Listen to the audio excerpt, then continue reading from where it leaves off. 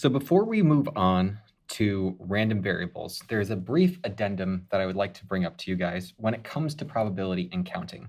And that does go to this idea that there are other things to do with probability, and as a math teacher, I feel obligated to show you some other techniques with counting. So we're going to use the fundamental counting rule, talk about permutations and combinations to find the number of outcomes in a finite sample space.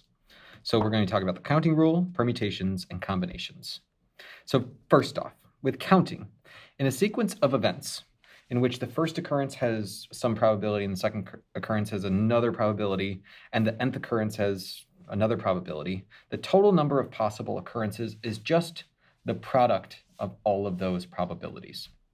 The cliche example is if you have 4 different color shirts, 3 different color pants, and 6 different pairs of shoes, how many outfits can you wear? You've seen this before. It's like 6th grade type of deal. You just say 4, 3, then 6, and you multiply each. Or you take each one, as we saw with chapter 14, and we say we have 4 shirts I can wear, I have 3 pairs of pants I can wear, and I have 6 different shoes I can wear.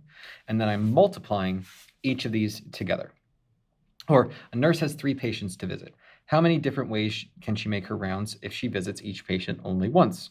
Well, again, if we do this type of ordering, 3 patients, there's 3 different ones she can see, then she sees one of them. Now there's 2 different ones she can see the second time, and then there's only 1 remaining. So we have this 3 times 2 times 1 that is going down. Or suppose you are a player and have 2 significant others. Interesting. 3 modes of transportation and 2 possible date locations. How many different dates are possible? Well, you have 2 people you're going to take a date on. You can take them to 3 different ways and 2 different locations. So there are 2 times 3 times 2, which is 12, different date combinations. Interesting. Now, if we wanted to view this as a tree diagram, again, draw a picture, draw a picture, draw a picture. It can be used to list out the possible dates. So we have significant others, 2, 3 different types of transportations, and then we have 2 different date locations that we can go to. And so we can see if we go down each one of these trees and count up the total number of final outcomes or branches, we have 1, 2, 3, 4, 5, 6, 7, 8, 9, 10, 11, 12 different dates, or 2, and then 3 splits, both have 3 splits, and then another 2, which makes us 12. Another common phrase that we're going to see is repeat or not repeat. So if an outcome can be repeated, that outcome is possible, available for every selection or element in the event. Think of another way of saying repeat is like you put it back in. So then the number of possible outcomes is simply a power. So if we flip a coin and get ahead, and then flip a coin again and get ahead, each time we get ahead, it's just 1/2 times a half times a half times a half. So suppose you create a password of 4 digits consisting of numbers and letters in any order. How many passwords you can create? Well, if you think about letters and numbers, well, we have 26 letters and 10 digits that we can use. So we have 36. And then the next spot, if we can use the same number or letter, it's 36, and then 36, and then 36, and we just multiply those. So we get whatever this number is, number of passwords, which is quite a lot. On the other hand, if we're talking about not being able to repeat, if an outcome cannot be repeated, once that outcome has occurred, it is no longer available for future selections. The same idea with a password. Let's say you wanted to be a little more restrictive and you didn't want to use the same number twice. Well, then you would have 36 options the first time, and then once something was used, then you'd have 35, and then 34, and then 33. And this reduction of options, or this conditioned statement on the next, is this idea of a permutation, where ordering matters. In order to talk about ordering, we're first going to talk about this numerical notation, which is on your calculator. And I'll show you in class where we can find each of these buttons. Maybe I'll put it at the end. So this expression, 0 exclamation point, is read as 0 factorial. Factorial is a way of ordering things. So how many ways can you order 0 things in front of you? one way. There's nothing to do. That is an option. How many ways can you arrange one thing? Still one, so 1 factorial is 1. 2 factorial is 2 times 1. 3 factorial is 3 times 2 times 1. 4 factorial is 4 times 3 times 2 times 1. We get the point. A factorial is multiplication of reduction of each value before it. And we talk about it in regards to order. So suppose we wish to order objects. How many ways can you order 5 objects? So think, we have 5 slots. 5 things can go in the first spot. 4 things can go in the second spot. 3 things we can go in the third spot. 2, and then 1.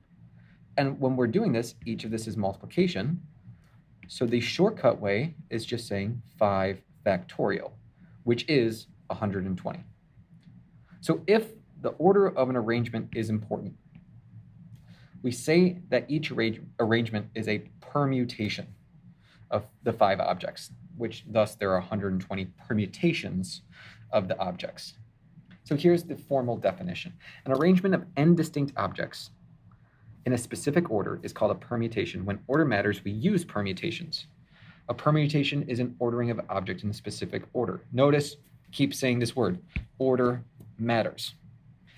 We know if we're writing out letters, AB is not the same thing as BA. Finishing first, second, or third are very different if you're running a race. A permutation of 6 choices would be 6 factorial. So if we had 5 different motorcycles that we want to display for Christmas, we have 5 items, then 4, and then 3, then 2, then 1. What if we have more choices than we can use? So what if we had 5 things and we only wanted to use 3 of them? Well, in this case, if we're doing the same type of logic, we have our 5 things we can go in our first spot, then 4 things that can go in our second spot, and then 3 things that can go in our third spot. But we're not using the last 2 things in our arrangement. So this is only 5 times 4 times 3. Or the way that we're going to end up writing it is there's 5 things, and we want to have permute 3. Well, the arrangement of n objects when order matters and only m are used is called a permutation. And we write it as n permute m. N permute, or permutation, m. And the way we write this, which is limiting the spaces, is n factorial over n minus m factorial. So in that last example, or in this one, slightly different, if I just wanted to do 6 permute 3, we would have 6 factorial over 6 minus 3 factorial, which again gives us our 6, 5, 4, 3, 2, 1, and then we're knocking out the 3 and the 2 and the 1, which leaves me with just 6, 5, 4, which is 120. How many different ways can 4 books be arranged on a shelf if they can be selected from 9 books? So you have 4 shelf spaces. I can put 9 in the first spot. Once we pick a book, it's locked in there. Then 8, then 7, then 6. So we could just go 9 times 8 times 7 times 6, or we can jump onto our calculator, and if I pull this up, and so if I pull up my calculator, I just want a calculator, and if I wanted to do the same type of calculation, I go to menu, we go to now probability, and we go to permutation. And it's the exact same format. If we have 9 permute 4, we're just going to write 9, comma 4. And again, your comma button is right underneath the pi symbol. Once you have that, you hit enter, and you get 3024, which is the same thing as 9 times 8 times 7 times 6, 324. Similarly, we could write this formula out if we were doing division. So if I hit control division, I get my fraction. I'm going to say 9, and then I'm going to go to the question mark exclamation point button right underneath enter, and I'm going to hit factorial, and then I'm going to have parentheses 9 minus 4, and then I'm going to go down underneath enter, and I'm going to hit the factorial button. And again, I should get the exact same answer. Okay, moving back to the notes. If order doesn't matter, so if you're choosing a committee of people and you're just, or like a dodgeball team, it doesn't matter who gets picked first, second, third, fourth, we just want them on the team, then this is considered a combination. So when order doesn't matter, you have ABC, ACB, BAC, BCA, ACAB, CBA are all the same letters. So how many combinations, which should be fewer because we're reducing the order of 3 letters, could you have? It's not going to be 6. Or if I have 5 things and I just want to put 3 of them in the window, it doesn't matter what 3 once I have my 3, doesn't matter which order they go. So with a combination as opposed to a permutation, we say n choose. So let's write this. We read this as n choose m instead of permute. With a combination, order does not matter. And there's another factor in the denominator. So if I said, what is the probability of having 6 things and having a combination of 3 of them? On your calculator, we go menu, probability, and then choose combinations. Again, we're going to type 6, comma, 3. The comma, again, is underneath the pi button. 6, 3. We get 20. That comes from the formula. If I hit Control Division, that would be 6 factorial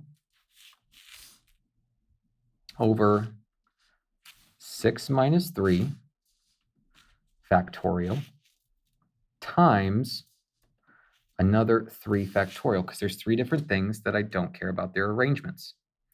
That's where these 2 things come from. So combinations, order does not matter. And that's the real question you have to ask yourself with these types of arrangement questions. In order to survey the opinions of students at DCHS, a researcher decides to select 6 classrooms for a total of 60 rooms in the specific quads. How many different selections can be made? So once you pick a classroom, once we get my 6, it doesn't matter which one I go to first or second or third or fourth. So this is where going to your calculator is a lot easier. Once you know that there's 60 total things to choose from and you want 6 of them, 60 choose 6, which would be 60 factorial, or this is my permutation, and this is removing the order part. I could write it out, which is a lot, or I could just jump to my calculator and go one more time. Here's my formula. I want 60, 6. Hit enter, and I get a really large number. Okay. Halfway through. So once we have this idea of counting and the arrangements of things and a difference between order mattering and not mattering, or repeating or not repeating, or replacement or not replacement, now we can start assembling these things by just asking some basic questions. So for example, 7 racers enter a race. How many different podium finishes, first, second, or third, are possible? So there's 7 people that can win the first race. There's 6 people, that's 7, then 6, then 5. Order matters. Or 7 times 6 times 5, which is 210, is the same thing as 7 permute 3. There are 3 spots we can fill. There's 7 things we can fill them with, and we'll get the exact same answer. How about baseball? To determine the batting order for his baseball team, a manager puts his best 2 hitters at 3rd and 4th, and the pitcher at 9th. So those people are locked in. Out of the 9 players, how many lineups can he create? So now we have some conditions. If we're ordering these things, we have 2 people can be in the 3rd spot, and then 1 person can be in the 4th spot. We're locked in, so there's only 1 pitcher in baseball, and they are going to hit last. So how many people do I have remaining?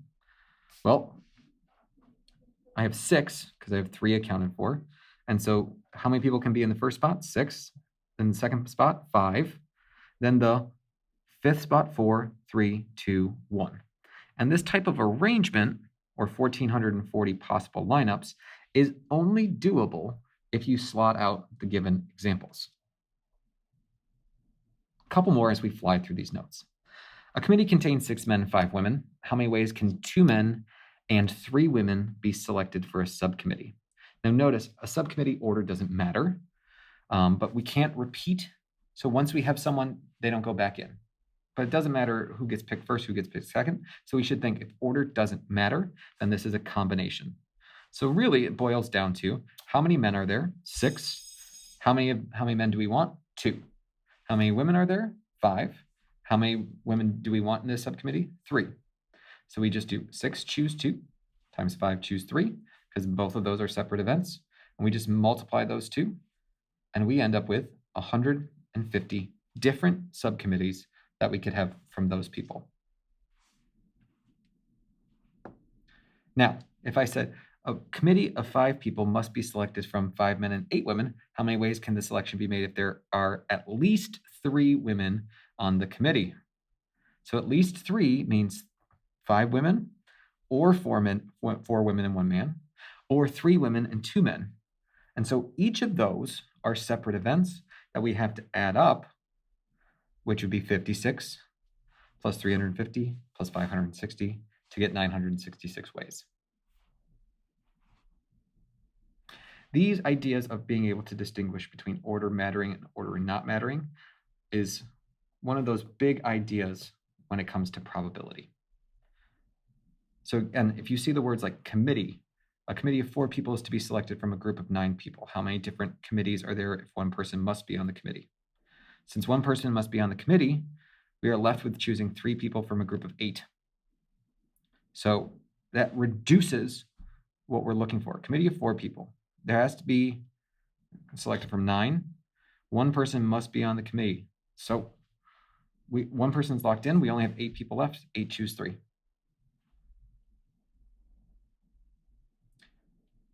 The next video is going to take these ideas and talk about them with our probability, that work that we've done the past 2 chapters. So we'll have one more little addendum, and then we'll be on to random variables.